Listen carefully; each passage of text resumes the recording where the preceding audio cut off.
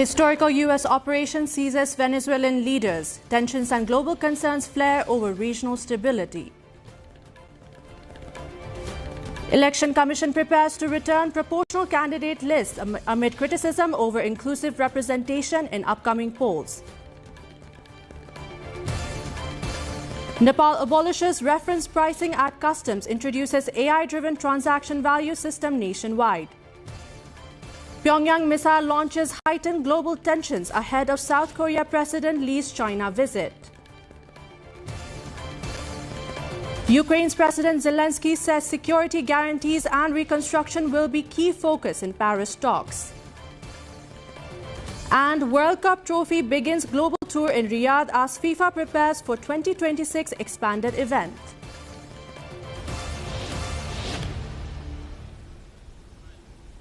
Hello there, I'm Bijata Bhandari and this is NTV World Primetime News, coming to you live from Kathmandu at 1900 hours Nepal time. Across the globe, it is 1:15 p.m. in London, 10:15 p.m. in Tokyo, and just after midnight in Sydney. Now, the news in detail. Venezuelan President Nicolas Maduro and his wife, First Lady Celia Flores, are being held at the Metropolitan Detention Center in Brooklyn, New York, after their capture in a U.S. military operation over the weekend.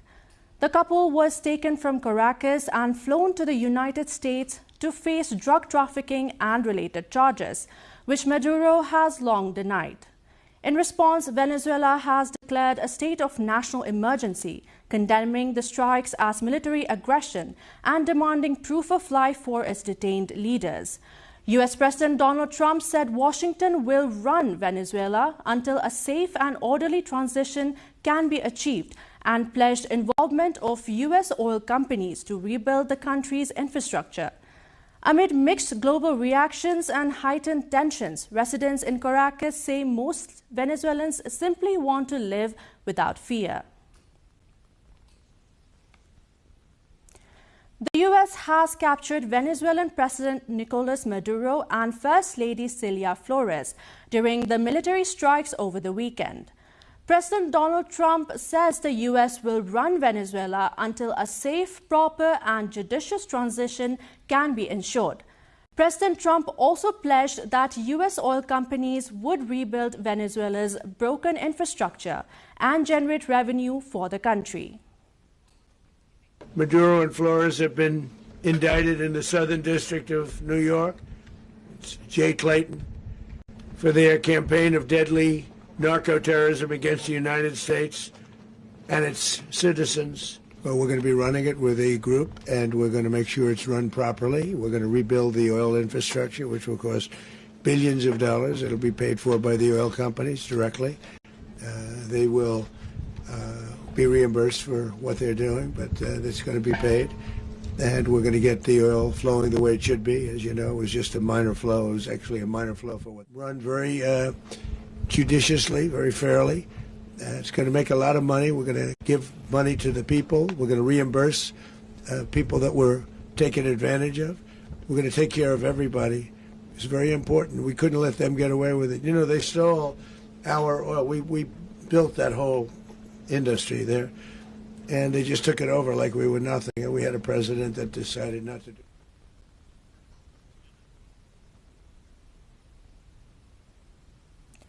The U.S. has faced mounting international criticism after capturing Venezuelan President Nicolas Maduro and his wife, First Lady Celia Flores, and bringing them to the United States. While some Western nations labeling Maduro a dictator have supported ending his rule, others have strongly condemned the U.S. operation. Meanwhile, United Nations Secretary General Antonio Guterres described the capture as a dangerous precedent and warned it could seriously affect regional stability, urging all Venezuelan stakeholders to engage in inclusive dialogue while respecting human rights and international law. Strong allies of Venezuela have also spoken out. Russia has called on the U.S. to release the legally elected president and his wife, while analysts say Moscow will reassess its support for Latin American allies. China condemned the U.S. strikes as a clear violation of international law, calling for Maduro and Flores' safety to be prioritized and for Washington to halt attempts to topple the Venezuelan government. Moving on, the Parsa District Administration Office has issued a public appeal urging residents to help maintain social harmony following protests held today in Birganj. Chief District Officer Bhola Dahal called on the public to refrain from any activities that could disrupt social peace or fuel social, religious, or cultural tensions. He said authorities are closely monitoring social media platforms, including Facebook, TikTok, and Instagram, for content that spreads false information, incites hatred, or undermines national unity. The local administration has urged citizens to remain vigilant and responsible online. Dahal also confirmed that police fired 5 rounds of tear gas to control the situation after some protesters demonstrating over a recent incident in Thanusha pelted stones at the police. He said the protest has now ended and that the situation in the district has returned to normal. As Nepal prepares for the House of Representatives election scheduled for late winter, political parties are busy finalizing their candidates. However, strong criticism has emerged over the proportional representation candidate list submitted to the Election Commission. Parties are being accused of favoring politically connected individuals, even within quotas reserved for marginalized, oppressed, and underrepresented communities. In response, the Election Commission has begun the process of returning the proportional candidate list for revision. Political parties have been given a window from December 21st to 27 to amend their list in line with legal requirements. Under a new ordinance, parties may adjust cluster representation, add missing categories, or reorder names to ensure compliance with the inclusion laws. The Commission has warned that failure to ensure inclusive representation could result in directives for correction or legal action. By law, proportional seats must represent women, Dalits, indigenous groups, Madhesis, Tharus, Muslims, people from backward regions, and persons with disabilities. Of the total House membership, 40%, that is 110 lawmakers, will be elected through the proportional representation system.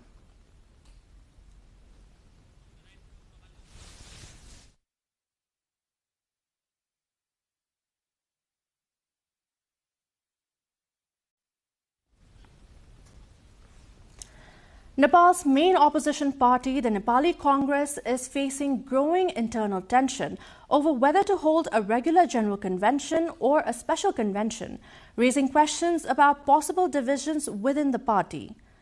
After its earlier schedule was disrupted, the party announced a revised timeline for a regular convention. However, a faction led by General Secretaries Gagan Thapa and Bishwa Prakash Sharma is preparing for a special convention, arguing that new leadership should emerge before the next election.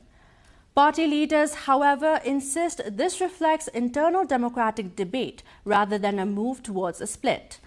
They say the convention process has been adjusted with national elections in mind and that any special convention would aim to reinforce unity. Party workers have also urged both sides to show flexibility to strengthen the party going forward. It's time for a short break. We'll be right back.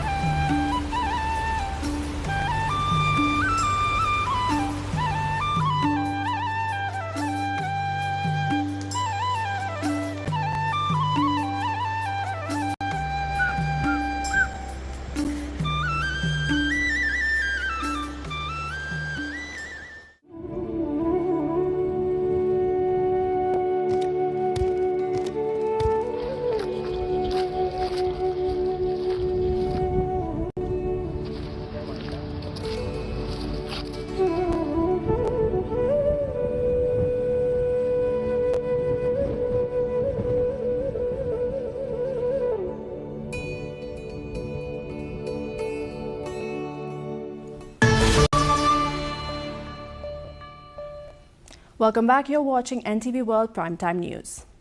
In a historic move to modernize international trade, Nepal has abolished its decade-old reference-based pricing system at the custom points.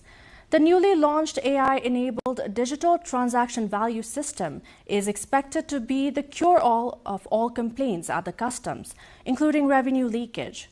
Traders are elated and officials expect reduced trade costs and almost impossibility of invoice manipulation. Sabika Shrestha explains the system. In what can be described as a landmark shift in Nepal's trade governance, the government has formally scrapped the long-criticized reference value book at custom points. It has been replaced with a technology-driven, transaction-based customs valuation system aligned with World Trade Organization (WTO) General Agreement on Tariffs and Trade GATT principles. It was Finance Minister Rameshwar Prasad Khanal's initiative, with pilot project launched in September last year at the Rani Custom Point in Morung of Eastern Nepal. From January 2 this year, it has been launched across the country, marking an end to an era characterized by opaque price setting, discretionary authority, and structural inefficiencies within customs administration. According to the Department of Customs, the system had already been implemented in 11 customs offices before its nationwide rollout. Custom points in Darchula, Mahakali, Larki, and Kimangthang have yet to adopt the system due to logistic challenges. Director General of the Department of Customs, Syam Bhandari, said the reform is anchored on a robust digital valuation mechanism. व्यवसायीले सही तिरेको पैसा paid और payable भन्छौं हामी हैन उले जुन तिरिसकेको अथवा तिर्न बाँकी पैसाहरु चाहिँ त्यो चाहिँ ट्रान्ज्याक्सन भ्यालु हो त्यो भ्यालुमा उहाँले तपाईको भन्सारमा डिक्लेयर गरेर भन्सारमा लागेको आईडीहरु तिरेर जब देशभित्र ल्याउनुहुन्छ त्यसपछि कति लेयरमा उहाँको जान्छ त्यो लेयरहरु चाहिँ के हुन्छ त्यो वस्तुको प्रोडक्ट सही आइसकेपछि त्यसलाई भ्याट बिलिङ गर्दै तल गयो भने चाहिँ उपभोक्ताले पनि अब चाहिँ यथार्थ प्राइसमा त्यो सामान पाउने This shift has effectively ended what officials describe as the earlier compulsion to submit inflated or fabricated invoices merely to match reference prices. After the online database valuation system has been implemented, what we have seen over the past few months, any industry importing such product, their raw material, there is no such issue. It's all working as previously it's being done. But when it comes to trading companies, trading houses who imports any of the food grain item or any other product, the process and the valuation system is same as previous. It's not that effective as we thought. Though it will not lower the price of goods, but the system will ensure realistic pricing and make manipulation of the price at custom as well as the market difficult. As products move through VAT billing and retail layers, consumers gain the right to access goods at prices reflective of genuine costs. Alongside the online valuation database, the Department of Customs has also implemented a parallel risk management system designed to identify valuation anomalies using artificial intelligence and machine learning. Deviation हुन सक्छ मूल्य त बिहान एउटा हुन सक्छ दिउँसो एउटा हुन सक्छ बेलुका अर्को हुन सक्छ मालवस्तुको आधारमा पेरिसेबल गुड्स हो भने त्यो भो अर्को तपाईले क्वान्टिटी कति उठाउनु भो हैन 2 पिसको एउटा रेट होला 100 पिसको 1000 पिसको अर्को रेट होला त्यसका क्वालिटीका कुराहरु त्यसले मूल्यलाई भ्यारी गर्न सक्छ तर त्यसको जस्टिफाई चाहिँ तपाईको व्यवसायीले डिक्लेयर गर्नु पर्यो यो मेरो सही हो अनि त्यो भन्सार अधिकृतले ती कुराहरु चेक जाँच गर्छ. This layered digital mechanism enhances transparency across the supply chain and discourages illegal trade, undervaluation, overvaluation, and black marketing. According to the department, there is still need to orient the traders on the system who expect customs to accept invoices at face value without verification. By redefining customs checkpoints as facilitators of trade rather than bottlenecks of control, Nepal is taking a decisive step toward a more transparent, competitive, and globally integrated trade regime. Sabika Shrestha with local correspondent Mohan Manandar and camera person Rasila Shrestha reporting for NTV World. Nepal's flood-damaged Raswagari hydropower project has resumed electricity generation, producing 68 megawatts after a 6-month shutdown. The 111-megawatt project was severely damaged by the floods on July 9 last year, which destroyed its intake dam and canal system. Power from 2 turbines has now been reconnected to the national grid. According to the Raswagari Hydropower Company, 37 megawatts were restored in November, with an additional 31 megawatts added recently following repair and rehabilitation work. The remaining 43 megawatts is expected to come online by May and June. The company estimates flood-related damage at 3.51 billion rupees. In northern Thading of central Nepal, local youths are taking an active role in promoting tourism, with female two-wheeler riders leading the initiative. Riders from Kathmandu travel through Khanikhola Rural Municipality to explore and showcase the scenic Ruby Valley, highlighting its potential as a prime destination for adventure rides. Participants say well-maintained roads and dedicated adventure routes could attract more domestic and international tourists to the area. Despite northern Thading's natural beauty, tourism development has lagged due to limited promotion and minimal initiatives by the local authorities.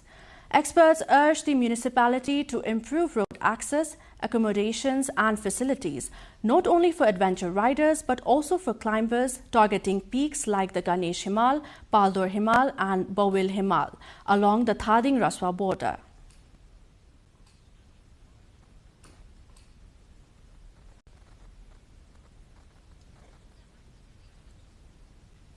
Time now for a short break. We shall see you with global updates at the other side.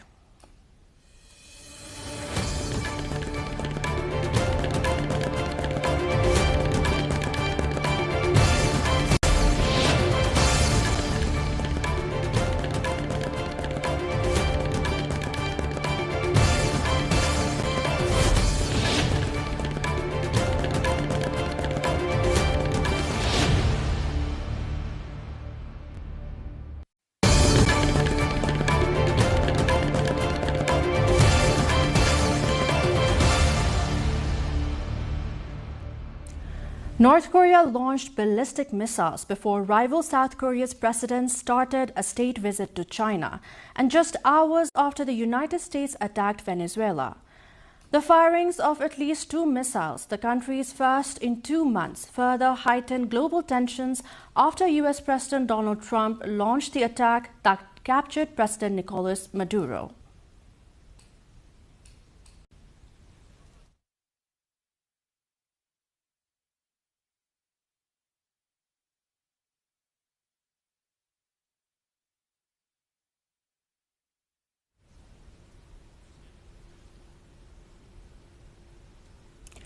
Meanwhile, South Korea's President Lee Jae-myung arrived in Beijing, the first South Korean leader to visit Beijing in 6 years. His 4-day trip comes less than a week after China carried out massive military drills around the Taiwan island. Lee, accompanied by a delegation of business and tech leaders, hopes to expand economic cooperation in meetings with the President Xi Jinping and other top officials. Seoul has for decades trodden a fine line between China, its top trading partner, and the United States, its chief defense guarantor. The visit, Lee's first to China since taking office in June, comes amid heightened global tensions after Pyongyang's aggressive display on the heels of the U.S. attack on Venezuela. Ukrainian President Volodymyr Zelensky says security guarantees and reconstruction will be central to talks in Europe as Ukrainian and allied military representatives prepare to meet in Paris. Zelensky, during a press briefing in Kyiv, emphasized that the upcoming talks will focus on strengthening Ukraine's security and laying the groundwork for rebuilding areas affected by the conflict. The meetings in Paris are expected to involve military and diplomatic officials from Ukraine and partner nations, reflecting ongoing international support amid Ukraine's continued efforts to defend its territory. Zelensky added he believes these discussions could shape Ukraine's long-term defense strategy and post-war recovery plans. UK Royal Air Force Typhoon FGR-4s took part in a joint strike operation with France on an underground facility in Syria that had likely been used by the Islamic State group to store weapons. Officials said that the operation targeted the site to disrupt ISIS's supply networks and reduce its capacity to carry out attacks in the region.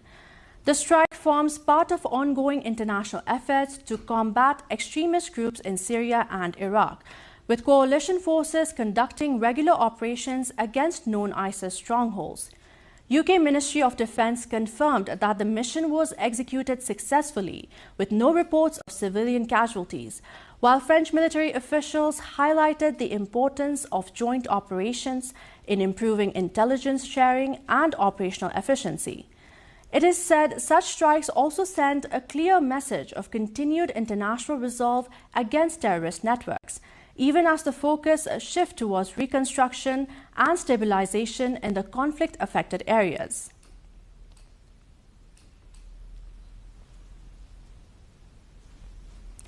Hundreds of relatives welcomed released prisoners outside insane prison as Myanmar marked its 78th Independence Day with a mass amnesty. The military junta announced it would free more than 6,000 prisoners, including political detainees, as part of the annual gesture. Since the February 2021 coup that ended Myanmar's brief democratic experiment, the military has arrested thousands of protesters and activists, plunging the country into ongoing conflict and civil unrest.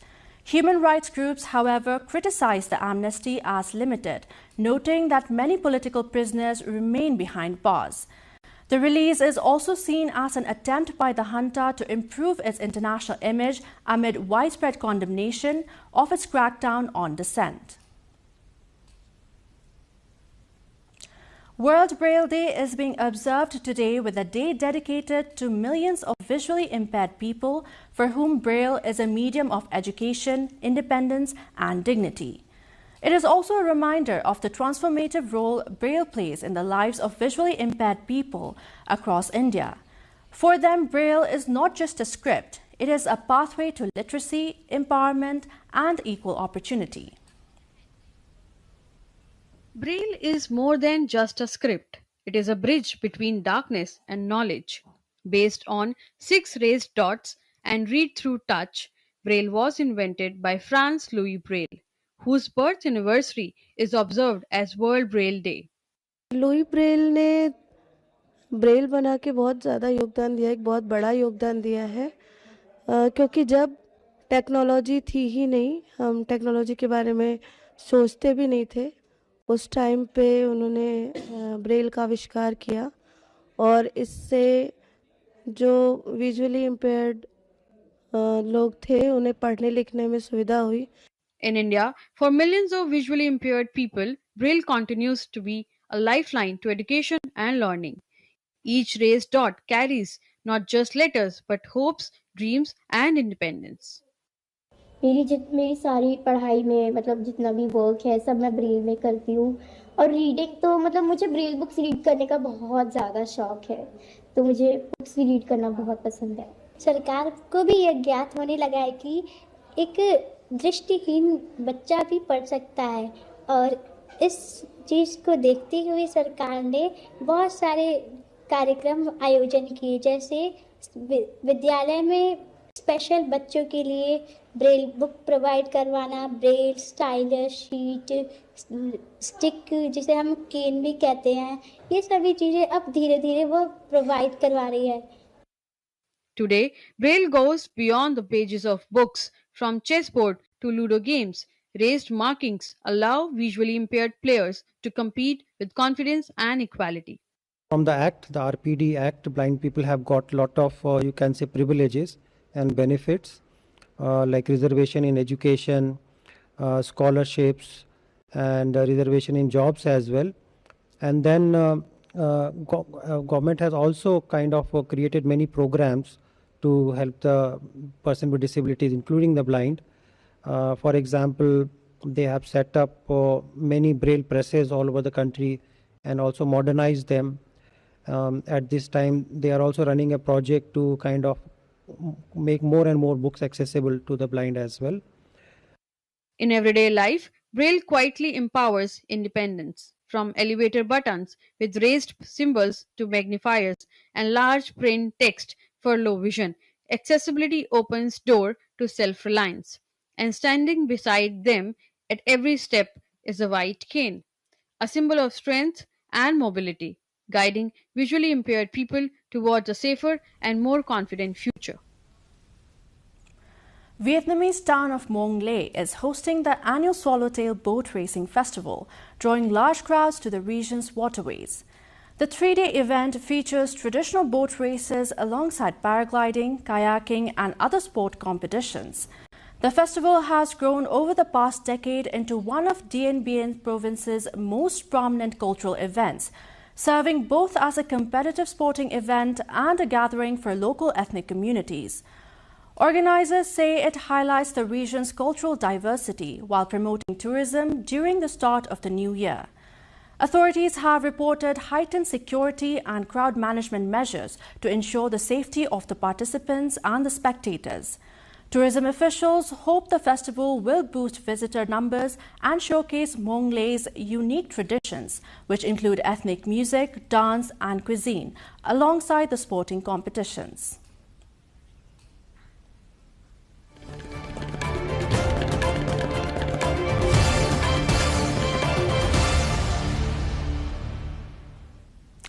It's time for a short break. We'll be right back with the sports update.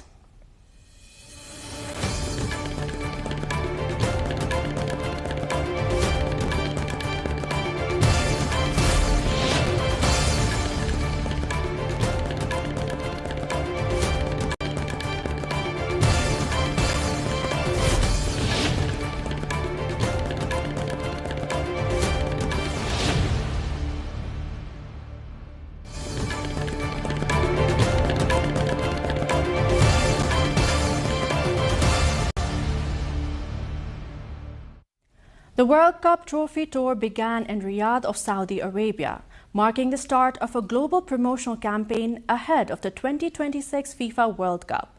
Former Italy international Alessandro Del Piero unveiled football's most prestigious prize during a ceremony attended by fans, football officials, and invited guests.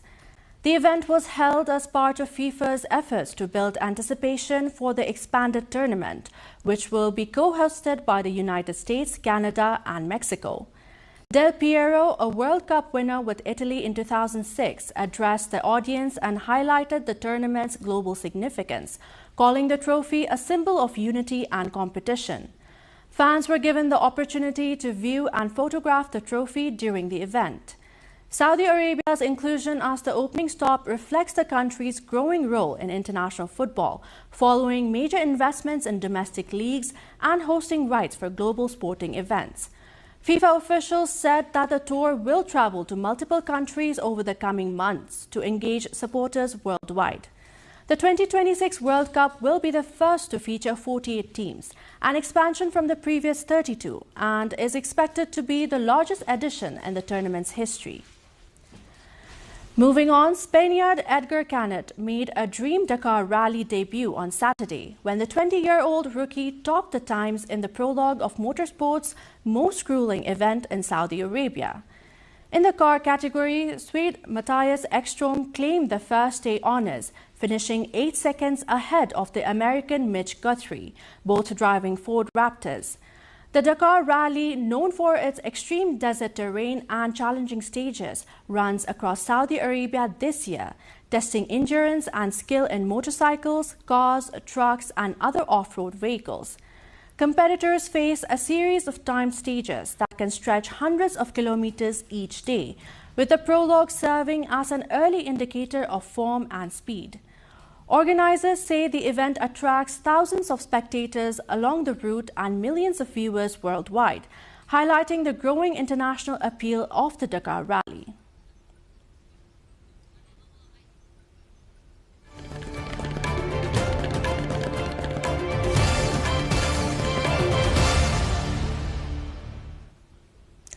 With this, we are almost at the end of the Primetime Bulletin, but before we wrap up, let's take a look into the top stories once again.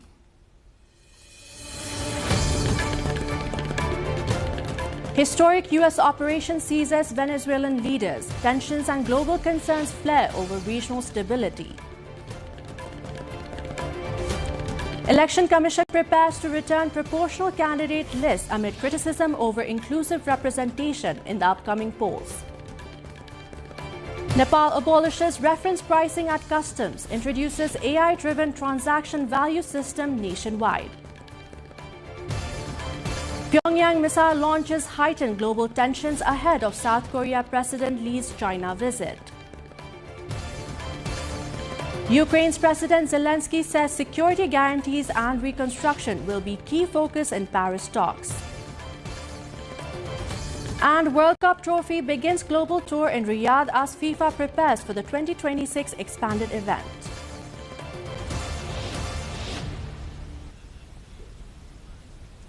That's all for the moment. Our next bulletin will be at 2200 hours Nepal time. Do join us through our social media and get the latest updates from our official website at nepaltelevision.com. I'm Bishata Bhandari. Thank you for staying with us. Have a great evening ahead.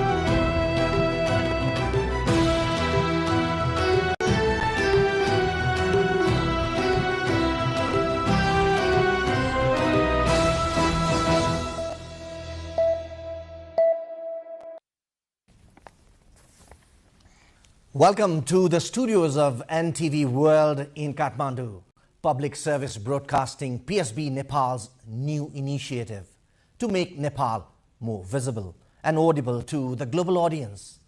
Welcome on board.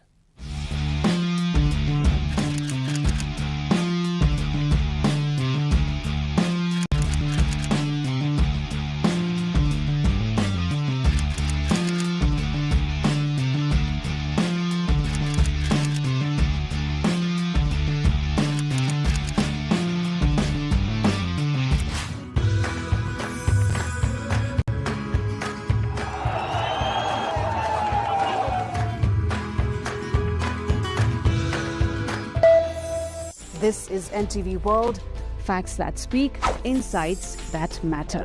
Telling the stories of a changing planet.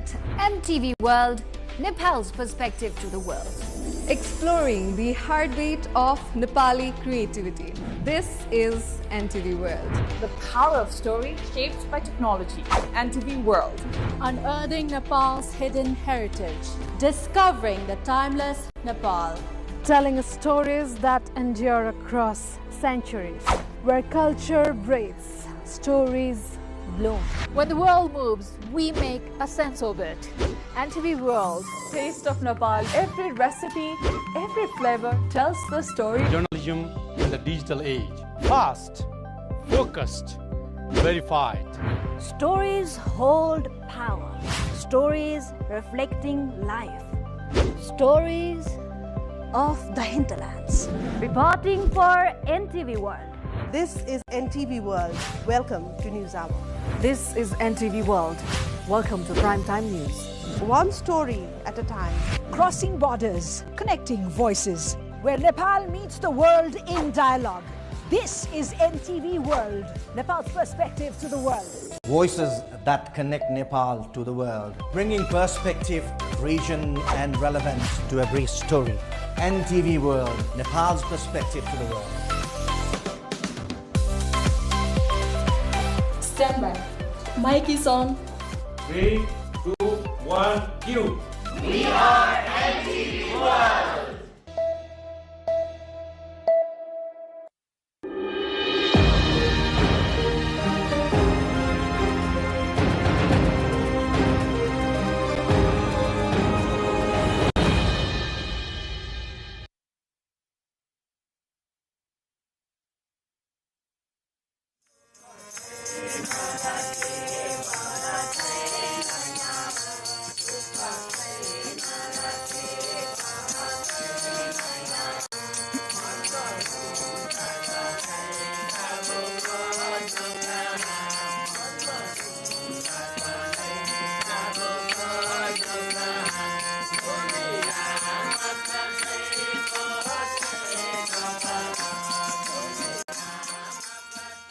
Patan Durbar square विश्व सम्पदामा पर्नुको आधारहरूको कुरा गर्दै सबभन्दा पहिले त यो विश्व सम्पदामा युनेस्कोले 1979 मा यो पाटन दरबार क्षेत्र अथवा त्यो बेला चाहिँ Kathmandu valley world heritage site भनेर काठमाडौँ उपत्यकाको 7 वटा विभिन्न क्षेत्रहरू जसलाई अहिले हामी संरक्षित स्मारक क्षेत्र भन्छौँ 7 वटा विभिन्न क्षेत्रहरूलाई काठमाडौँ भ्याली वर्ल्ड हेरिटेज साइटमा इन्लिस्टिङ गरेको थियो। अब त्यसमा सबभन्दा ठुलो कुरो त के भन्दाखेरि तपाईले पाटन दरबार स्क्वायर, काठमाडौँ दरबार स्क्वायर, भक्तपुर दरबार स्क्वायर हेर्नुभयो भने यो 17औं शताब्दीसम्म मल्ल राजाहरूले यहाँ शासन गर्दाखेरिको दरबार क्षेत्र हो। दरबार स्क्वायर नामैले अब धेरैले सोध्छन् दरबार स्क्वायर भनेको के हो भनेर। वास्तवमा यो तीनटा त्यो बेला चाहिँ यो तीनटा अहिलेको ठुलो सहरहरू पहिला तीनटा छुट्टा छुट्टै राज्य नै थिए, छुट्टा छुट्टै देशकै रूपमा स्थापित थिए, मल्ल राजाहरू थिए। त्यसकारण राजाहरूको दरबार भएको कारणले दरबार स्क्वायर भन्ने हो।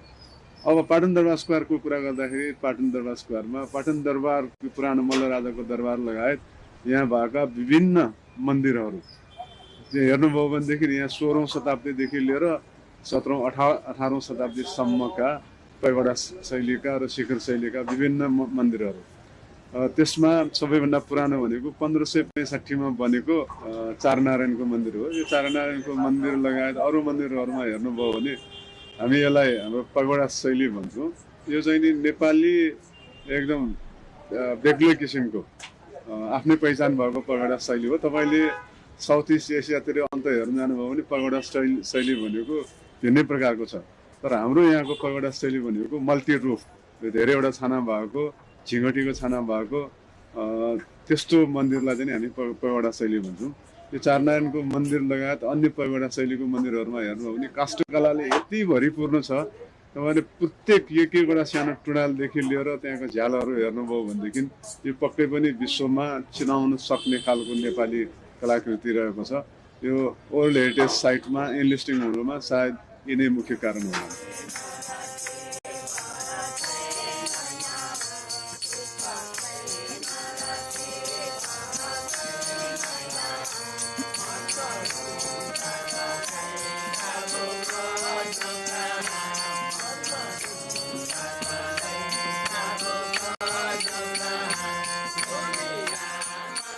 पाटन दरबार कसले बनाएर कहिले बनायो भन्ने कुराहरू चाहिँ इतिहासमा एकिनमिति पाउन सकिँदैन। तर यसको ऐतिहासिकताको चर्चा गर्दा चाहिँ किराँत कालदेखि नै सुरुवात गर्नुपर्ने छ। यसको नाम एल भएको कारणले गर्दा कसैले एलम्बरको नामबाट एल रहन गयो या पनि भन्ने कुरा छ।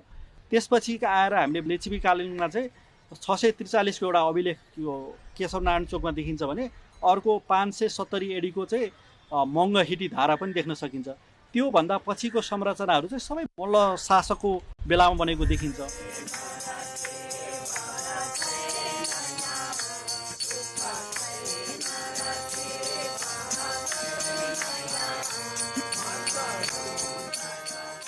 यो मन्दिर चाहिँ नि राजा सिद्धि नरसिंह मल्लले 1636-37 मा बनाउनु भएको। 1637 त्यो बेलामा हामीसँग ढुङ्गे टेक्नोलोजी त्यति थिएन। ढुङ्गाको टेक्नोलोजी चाहिँ लिच्छवी कालमा धेरै राम्रो थियो। त्यसपछि हामीले त्यो ढुङ्गाको टेक्नोलोजीमा त्यति त्यो ढुङ्गाको मठ मन्दिरहरू बनाउने टेक्नोलोजीमा त्यति हामी अगाडि बढेनौँ। तर इँटा र माटोकोमा काठकोमा चाहिँ पैगोडा शैलीमा हामी धेरै माथि गयौँ। त्यसपछि ढुङ्गाको जुन शैलीमा जानु पर्दाखेरि त्यो बेलामा हाम्रो यहाँको मिस्त्रीहरूलाई साह्रै समस्या पर्यो। माटोको चाहिँ अडाइदिन सक्छु त्यो ठुलो अल्गो त गगनचुम्बी त्यो बेलाको हिसाबले। यो त ढुङ्गाको त हामी सक्दैनौँ भन्ने भएपछि त्यो समस्या गनगन हुँदै गर्दाखेरि ठड्याउन नसक्ने भइसकेपछि एकजना बुढो मान्छे जान्ने मान्छे आएर मोडेल सोडेल बनाएर यसरी गर्नुहोस् भने सिकाएर जानुभयो। अनि उहाँलाई विश्वकर्माको अवतार मानेर उहाँलाई सम्झनामा उहाँले पूजा गरेर अनि त्यसपछि कृष्ण मन्दिर बनाउन सुरु गरेको भन्यो। तल्लो तल्लामा हेर्नु होला तपाईँले बच्चाहरूको लागि खेल्न रमाइलो, बच्चाहरूले बुझ्ने ज्ञान सिम्बा शार्दुला राखेको छ।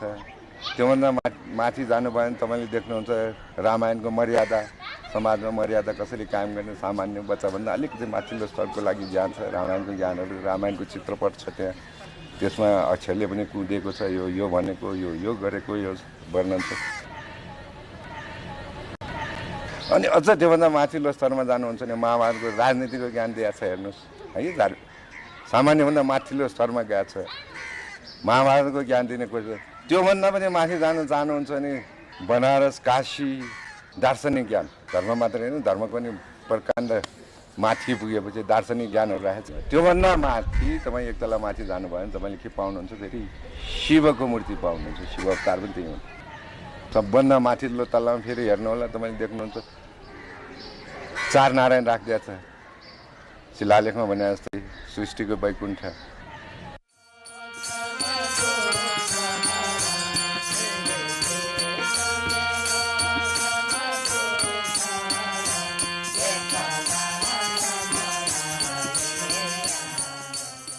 अब यो म पर्को टोलमा बसेको नाताले चाहिँ पर्को टोलबाटै हराएको लक्ष्मीनारायणको चाहिँ मूर्ति जो छ त्यसको बारेमा चाहिँ अब खोजनिति गर्ने हाम्रो कर्तव्य पनि भयो र मेरो पनि कर्तव्य हुन आयो। यो हराएको चाहिँ करिब यो 44 सालतिर हो खास चाहिँ।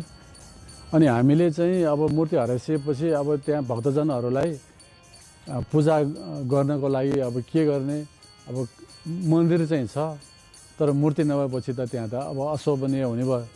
त्यसैले हामीले त्यसको चाहिँ अब अर्को छुट्टै एउटा लक्ष्मीनारायणकै अब स्वरूपको चाहिँ एउटा मूर्ति बनाएर चाहिँ प्रतिष्ठापन गऱ्यौँ हामीले। त्यसपछि एकजना हाम्रो यो जयलिन भन्ने एकजना आर्टिस्ट हुनुहुन्छ, कलाकार हुनुहुन्छ, उहाँले चाहिँ हराएको मूर्तिको बारेमा चाहिँ त्यो मूर्तिको पनि उहाँले स्केच गर्नुभएको छ। त्यो स्केच चाहिँ उहाँले कहाँबाट लिनुभयो भनेपछि यो हाम्रो लैनसिन वाङदेलले चाहिँ लेख्नुभएको एउटा the stolen images of Nepal भन्ने एउटा किताब छ, त्यो किताबबाट चाहिँ उहाँले लिनुभएको। अनि त्यो स्केचबाट चाहिँ उहाँ चाहिँ अमेरिकाको चाहिँ यो डल्लास म्युजियममा चाहिँ भ्रमणमा जाँदाखेरि चाहिँ देख्नु भएको छ। त्यो जो मैले चाहिँ स्केच गरेको त्यही नै हो भन्ने उहाँ लागिसकेपछि चाहिँ अब त्यो कुरा चाहिँ गभर्मेन्ट लेभलमा पुग्यो। त्यसपछि त्यहाँबाट चाहिँ ल्याउने प्रक्रिया सुरु भयो। अनि त्यो प्रक्रिया सुरु भइसकेपछि चाहिँ अब यहाँ हाम्रो महानगरपालिकाले पनि अब आवश्यक चाहिँ सहयोगहरू जुटाएको छ त्यो ल्याउने काममा चाहिँ।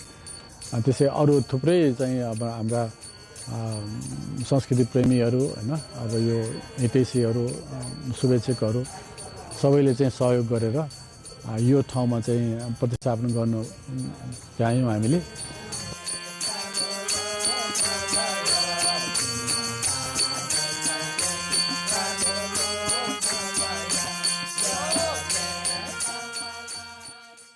मणिमण्डपको बारे कुरा गर्नुपर्दाखेरि चाहिँ हाम्रो यो मणिमण्डप दुईवटा पार्टी छ, जुन त्यो मङ्गल बजारको त्यो हिटी तल जानेकोमा चाहिँ। अनि त्यो पार्टी बस्नको लागि मात्रै होइन कि त्यहाँनिर चाहिँ कल्चर र त्यसमा चाहिँ हिस्टोरी धेरै कुरा जोडिरहेको छ। स्पेसली कुरा गर्नुपर्दाखेरि चाहिँ त्यसमा चाहिँ हाम्रो मच्छिन्द्रनाथ जात्रामा चाहिँ एकदम ठुलो रोल खेल्छ त्यसले चाहिँ। अब हामी तल जाँदाखेरि दाहिनेपट्टिकोमा चाहिँ त्यहाँनिर बसेर हाम्रो गुठीको मच्छिन्द्रनाथ गुठीको चाहिँ मानिसहरू अनि प्लस पानीजु खलकहरू अनि ज्योतिष खलकहरू चाहिँ बसेर त्यहाँनिर चाहिँ कुन दिन जात्रा गर्ने, कुन दिन रथ तान्ने, कुन दिन फोटो देखाउने, त्यो सबै डेटहरू चाहिँ त्यहाँ बसेर चाहिँ सबै खलकहरू बसेर चाहिँ सहमतिमा चाहिँ त्यो फिक्स गर्ने गरिन्छ। सो अहिलेसम्म पनि त्यो चाहिँ कल्चर चाहिँ अहिलेसम्म पनि कन्टिन्यू भइरहेको छ।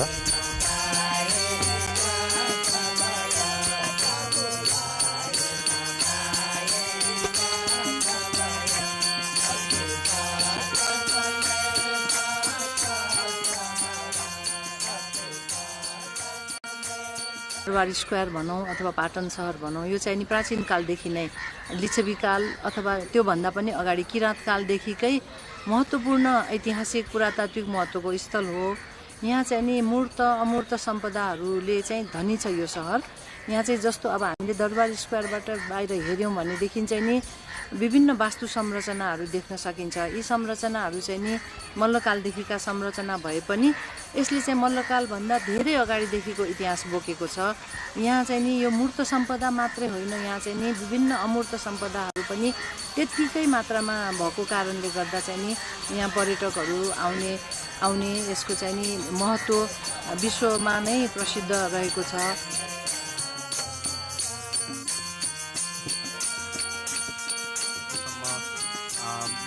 आजभन्दा 382 वर्ष अगाडि राजा सिद्धसिंह मल्लको पालामा उनका गुरुद्वय हरिवंश राजोपाध्याय तथा विश्वनाथ राजोपाध्यायको सहयोग र सल्लाहमा चाहिँ यो नाच देश र जनताको कल्याणको लागि 5 दिनबाट सुरु भएको थियो।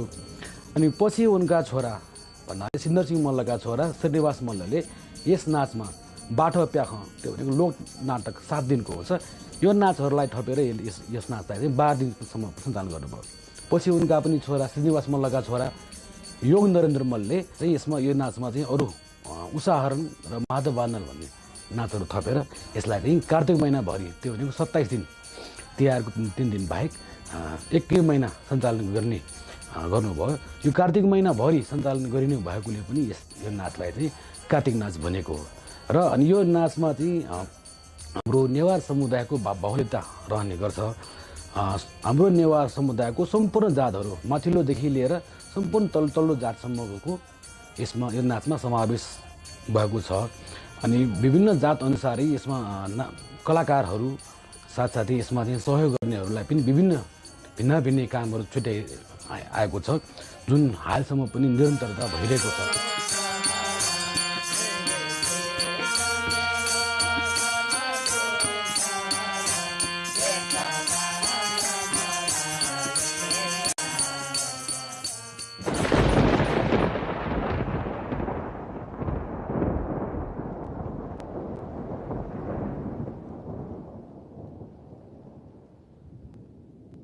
छोरा नातिहरूले भोलि पर्सि चाहिँ हाम्रा बाजे बराजुले के बनाएर गए, हामी कहाँ चाहिँ कस्तो कस्तो किसिमको टेक्नोलोजीहरू थिए, हाम्रो कल्चर के थिए इत्यादि कुराहरू उनीहरूले पनि जानोस् भन्ने हिसाबले यस्ता चिजहरूलाई चाहिँ बचाइराख्नुपर्ने एकदमै आवश्यक ठान्छु।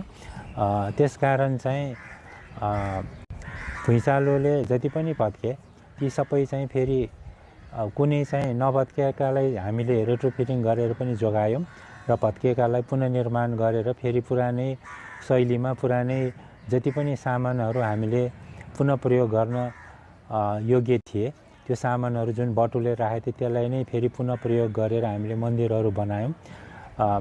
जस्तो हामीले नयाँ बनाउन नसकिने भन्ने होइन कि नयाँ बनाउँदाखेरि त्यसको जति महत्त्व हुन्छ त्यसलाई हामी चाहिँ भनौँ न अब अर्को 50 वर्षपछि हामीले त्यो नयाँ राम्रै बनाए पनि यो चाहिँ 72 सालको भुइँचालोपछि बनाए यसको चाहिँ 75 वर्ष भएको छ भन्ने चाहिँ हामी चाहिँ जुन रिसर्चबाट देख्छौँ। तर अहिले जुन मन्दिरहरू छन् 300-400 वर्ष पुरानो छन् त्यसलाई नै हामीले जोगाइराख्यो भने अझ त्यसको चाहिँ महत्त्व बढ्दै जान्छ। त्यसकारण जति सक्यो त्यति चाहिँ हामीले पुरानो सामग्रीहरूलाई पुनः प्रयोग गरेर त्यसलाई नै चाहिँ हामीले चाहिँ युज गर्नुपर्छ भन्ने चाहिँ मान्यता राख्दछ।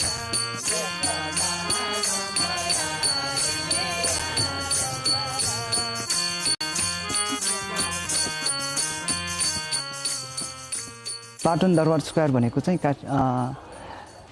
ललितपुरको मुटुमै छ, जसलाई हामीले मङ्गल बजार भनिन्छ। लिच्छवीकालदेखि यसमा विभिन्न मणिगल मणि हुँदै यसलाई चाहिँ पछि अपभ्रंश भएर मङ्गल बजार भएको हो, जसमा यसमा इतिहास र पुरातात्विक प्रमाणमा 60वटा मणि छ भनिन्छन्, जसमध्ये मणि केशव, मणि भैरव, मणि गणेश, मणि कुमार, मणि धारा, मणि गुफा र मणि केशवर गरी यी 60वटा मणिहरू छन्, जुन यो मङ्गल बजारको यो पाटन दरबारको सेरोफेरोभित्रै रहेको छ।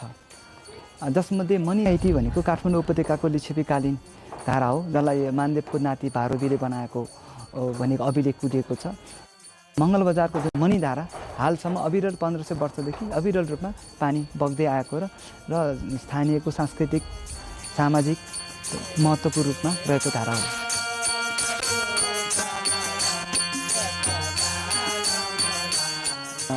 राजपूत कलामा इन्फ्लुएन्स भएको कलाले भरिपूर्ण भएको चाहिँ चित्रकला हो जुन चाहिँ 16औं शताब्दीमा बनेको। यसमा विशेष गरी सिङ्गारको रूपमा कृष्णलीला सम्बन्धी त्यसको ड्रेस कोड मल्लकालीन कस्तो ड्रेसहरू लाउँथ्यो हुन त त्यसमा राजा आफै भएको चित्र पनि हो। त्यसमा सिद्धि नरसिंह मल्लको आफ्नो पोर्ट्रेट पनि जुन रहेको छ।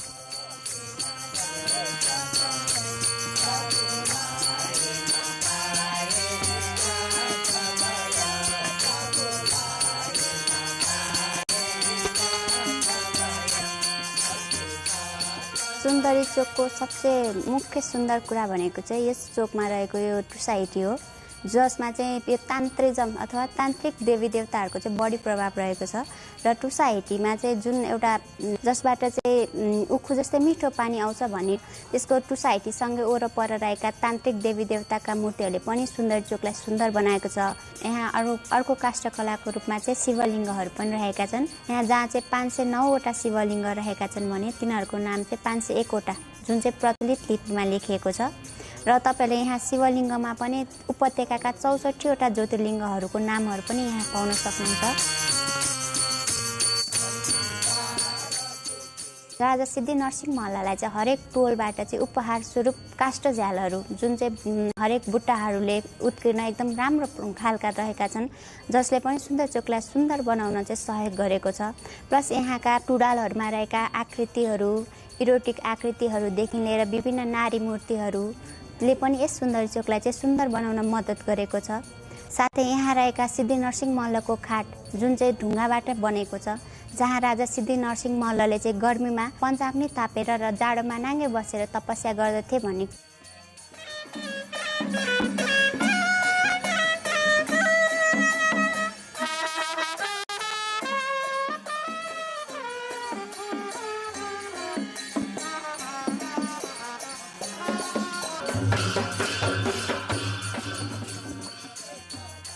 त्यसमध्ये मुख्य जात्रा भनेको भीमसेन जात्रा, गाई जात्रा, कृष्णाष्टमी धेरै जात्राहरू छन्। सबभन्दा ठुलो जात्रा भनेको भीमसेन जात्रा हो। भीमसेन जात्रा ललितपुरको सबभन्दा ठुलो जात्रा हाम्रो रथ मच्छिन्द्रनाथको रथ यात्रा पछिको ठुलो जात्रा हो। यसमा त यो यो श्रावण भाद्र महिनामा पर्दछ, कहिले श्रावणमा कहिले भाद्रमा पर्छ। यो कृष्णाष्टमीको कहिले भोलिपल्ट कहिले पर्सिपल्ट यो जात्रा